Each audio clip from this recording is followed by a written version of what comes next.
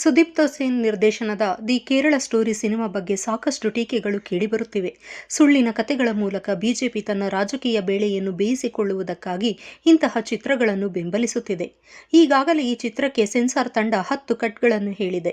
ತಮಿಳುನಾಡು, ಕೇರಳ, ಪಶ್ಚಿಮ ಬಂಗಾಳ ಸೇರಿದಂತೆ ಅನೇಕ ರಾಜ್ಯಗಳು ಸಿನಿಮಾ ಪ್ರದರ್ಶನಕ್ಕೆ ನಿಷೇಧ ಹೇರಿವೆ. ಹಾಗಾದರೆ ಈ ಚಿತ್ರದ ಉದ್ದೇಶವೇನು? ಈ ಕುರಿತು ಕೇರಳದ ಮಾಜಿ ಶಿಕ್ಷಣ ಮಂತ್ರಿಗಳಾದ ಎಂ.ಎ. ಬೇಬಿ ಮಾತನಾಡಿದ್ದಾರೆ. Hi everyone, welcome to CPIM Karnataka's Facebook page and our YouTube channel. My name is Avin and today we are going to have a hot discussion on the movie The Kerala Story. For that, we are delighted to have Comrade M.A. Baby, Politburo member of Communist Party of India Marxist and the former Education Minister of Kerala State with us. Thank you for joining us today, Comrade. So, as someone who is intimately involved in Kerala's political landscapes, how do you see that movie? How accurately the movie is representing the historical events and cultural aspects of Kerala?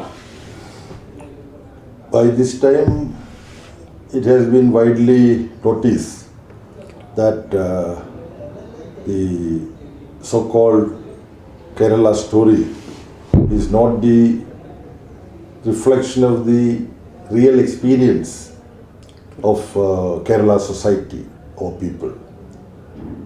Once people who know about Kerala, once they have pointed out that the narrative in this particular propaganda film, which has been made poorly, if you look at it from cinematic aesthetics, therefore people actually rejected this film also, incidentally.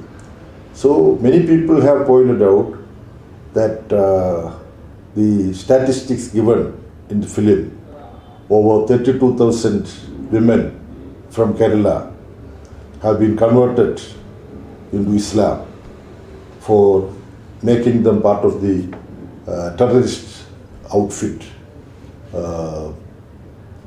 ISIS.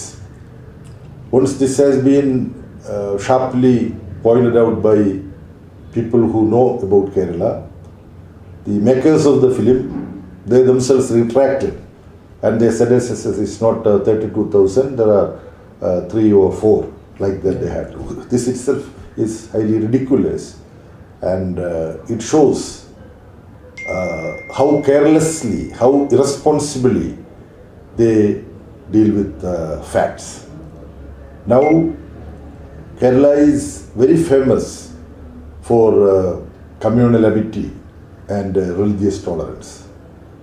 Incidentally, some friends pointed out to me a Malayalam film which has already been made, Enna Sondam Sridharan. Yours truly, Sridharan. This could be a literal translation of that particular story. This depicts a true story what had happened in Kerala. You see, a Muslim woman, elderly woman, he reared up, nurtured 3 young kids who belonged to a Hindu family. The parents of that small kids, they died in a particular situation. There was nobody to take care of these 3 Hindu kids. So this Muslim woman nurtured them, took care of them like parents, but not converting these young children into Islam. And they were nurtured and developed as young Hindu boys. And one of them is Mr. Sridharan. He is alive and kicking. Now he is going to Delhi to participate in a cultural event along with screening of this particular movie. So this is the real Kerala story. I don't want to narrate the very famous cartoonist and author E.P. Unni drew Kerala landscape in a book where he has depicted Palayam, which is a place in the capital of Kerala, Thiruvananthapuram, where you find a Hindu temple, a Christian church and a Muslim masjid, almost like holding their hands on the shoulder of the other, next to each other. This is the tradition of Kerala. And this particular film, as we all know, is part of a political propaganda project. It's a triple P, political propaganda project of RSS to depict Kerala as a place with a dangerous situation, quote unquote. Because Kerala is a state where the Sangha Parivar and RSS failed to make any serious inroad in the political sphere. They have their influence. They are being discussed in the press when they assassinate people belonging to minority communities or political party activists who oppose communalism. There are many instances. So only related to bloodshed that RSS engages in Kerala, they get some media attention. So they wanted to make some political inroads in Kerala, for which they are having their own diabolic project, and this film can be seen only in that background. Yeah, Mr. Narendra Modi has actually mentioned this movie's name during the Karnataka election assembly campaign. So is it that political it is, right? It's not just innocent making of movie, right? So how do you see that? The role of movies and other kinds of medias in using politically, like, is it actually going to influence people? Yeah, it's a serious matter. You see, films influence people immensely. Okay. Innocent and gullible people, they can be misled by this kind of propaganda movies. Hitler used to do this famously. Mussolini used to do this. In fact, the very famous Venice Film Festival was also used for this. It's a brainchild of Mussolini, it is stated. Okay. Of course, others were also involved.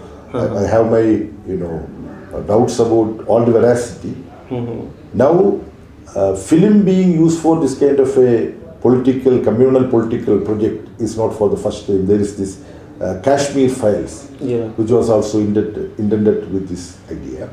Then in Doordarshan, Ramayana and Mahabharata is epics. You cannot find fault with Doordarshan giving a cinematic or serial depiction of Ramayana or Mahabharata. But that was done with certain special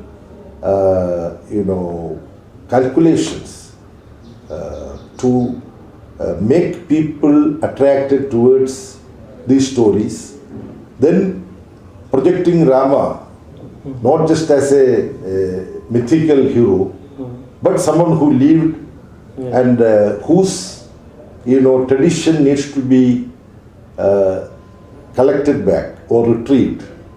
This was the narrative.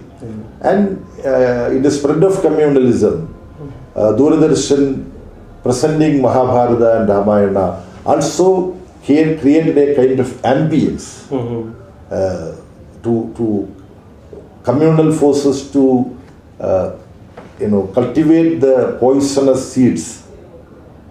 The depiction of Mahabharata and Ramayana in Doordarshan also in a way helped. There are many studies on this line. So this is part of a grand project of mythology being converted as history. Then mythological characters being brought into political narrative. For example, there is this Bajranga Dal engaged in terrorist activities. So Congress spoke about certain legal measures which Congress may consider if they are voted to power in Karnataka to restrict the terrorist activities of Bajranga Dal. Immediately, none other than the Prime Minister of India, he started saying that, look, Congress wants to put Bajrang Bali in jail. They tried to do that with Rama. So this kind of communal narrative is continuing. In such a context, films and television serials and other cultural products being made with this idea in mind to take political advantage of it, it is going to be really dangerous, it is apprehensive. So progressive, democratic and secular cultural organizations will have to do extra work to make people realize that there is a diabolic game behind this kind of films and communal narrative. If you consider, like, the religious extremist groups in India, like, apart from Islam, there are like Hindu groups as well, right? If you consider, people like Gauri Langesh or Narendra Dabholkar, they were killed by Hindu extremists, right? So none of the movies, deals with such issues, or the majoritarian religious extremism. So is that a conscious thing, or is it like accidental? What do you think about that? I think RSS and their organizations are very active in their political project. A very outstanding thinker who is no more, Professor Aiyaz Ahmad, he once stated that RSS represents most orthodox, unscientific and retrogressive ideology. Correct. See, religious communal ideology. Wrong interpretation of religion for communal political purpose. But they are making use of most modern technology and science to advance their political project of communalism, converting democratic secular republic in India into a Hindu Rashtra, a theocratic state, which is against modernity. So they are using modern science to fight against modernity and scientific temper. So this is a big challenge before the democratic and secular forces, and we need to be more careful in our work in the cultural sphere. Okay. So do you think there should be more regulation in the cultural sphere regarding releasing of these kinds of movies dealing with sensitive issues? For example, West Bengal and Tamil Nadu have banned these movies. I mean, Kerala Story, right? So is that the right kind of solution, or like, what do you think about that? You see, theoretically, I am against banning any film because it contains dangerous and vicious ideas. Okay. It has to be criticized, exposed, and rejected by people. Okay. That is what is required.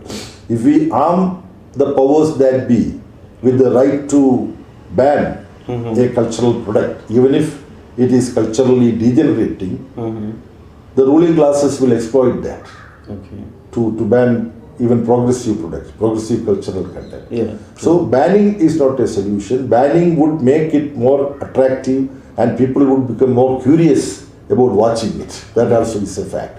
So what is required is to expose the poisonous of these cultural products and expose it in society so that people will reject such Okay. cultural products. That is where we have to focus. Yeah, I think that's enough. It was a privilege to have Comrade MABB here. Thank you for sharing your thoughts on the movie. Thank you, Comrade. Thank you for giving me an opportunity to talk to you.